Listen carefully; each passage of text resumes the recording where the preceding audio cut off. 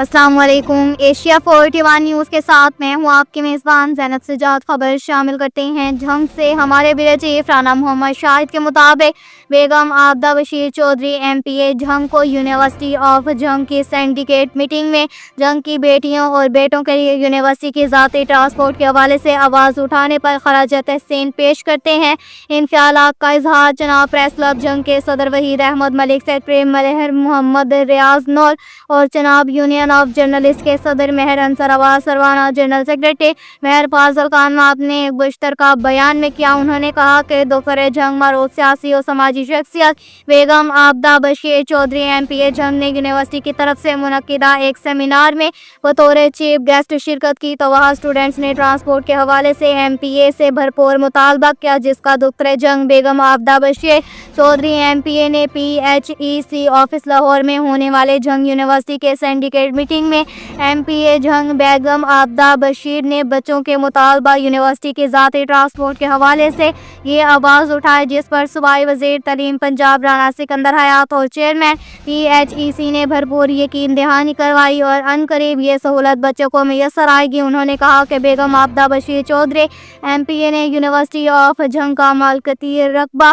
2160 کنال ناجائز قابض سے واگزار کروانے میں بھی اہم کردار ادا کیا۔ ہم امید کرتے ہیں کہ بیگم Abida Bashir Chaudhry M P A Jhang عوام کا ہوپ میڈیکل کالج کا قیام بھی بھرپور کردار ادا کریں گے۔ اس کے ساتھ ہی ایک اور خبر شامل کرتے ہیں جھنگ سے۔ ہمارے بیورو چیف رانا محمد شاہد کے مطابق وزیر اعلیٰ پنجاب مریم نواز شریف کی ہدایت پر انسداد اسموگ مہم پر عمل درآمد جاری ہے۔ اس ضمن میں ڈپٹی کمشنر علی اکبر بھنڈر کی ہدایات پر زگ زیگ ٹیکنالوجی کے بغیر اور آلودگی پھیلانے والے بھٹوں کے خلاف کریک ڈاؤن جاری ہے۔ ڈپٹی کمشنر کا کہنا ہے کہ محکمہ ماحولیات کی ٹیمیں فیلڈ میں کارروائیاں جاری رکھے ہوئے ہیں۔ خلاف ورزی پر اب تک 26 مقدمات درج، 40 بھٹے مسمار اور 9 لاکھ روپے جرمانے عائد کیے گئے۔ انہوں نے شہریوں سے التماس کی ہے کہ خلاف ورزی کرنے والے بھٹوں کی تصاویر کنٹرول روم کے نمبر 0479330005 پر متعلقہ جگہ کے ساتھ واٹس ایپ کریں۔ ڈپٹی کمشنر کا مزید کہنا تھا کہ حالیہ سیزن میں اسموگ کے خطرات لاحق ہیں، لہٰذا اس ضمن میں جاری انسداد اسموگ مہم پر عمل درآمد یقینی بنانے میں کوئی کسر اٹھانا رکھی جائے گی۔ متعلقہ افسران اسموگ کا باعث بننے والے عناصر کے خلاف قانون کے مطابق کارروائیاں جاری رکھیں۔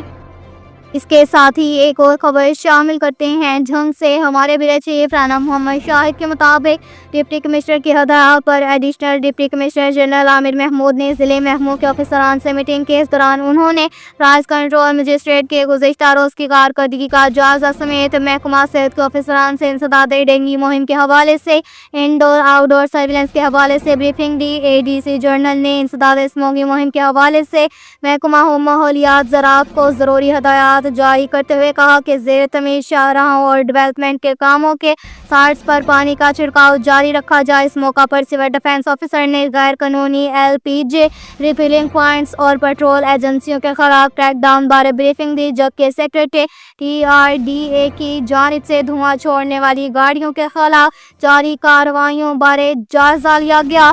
اب تک کے لیے اتنا ہی کافی ہے۔ مزید خبروں کے لیے ہماری ویب سائٹ www.asia41.tv وزٹ کریں۔ اللہ حافظ۔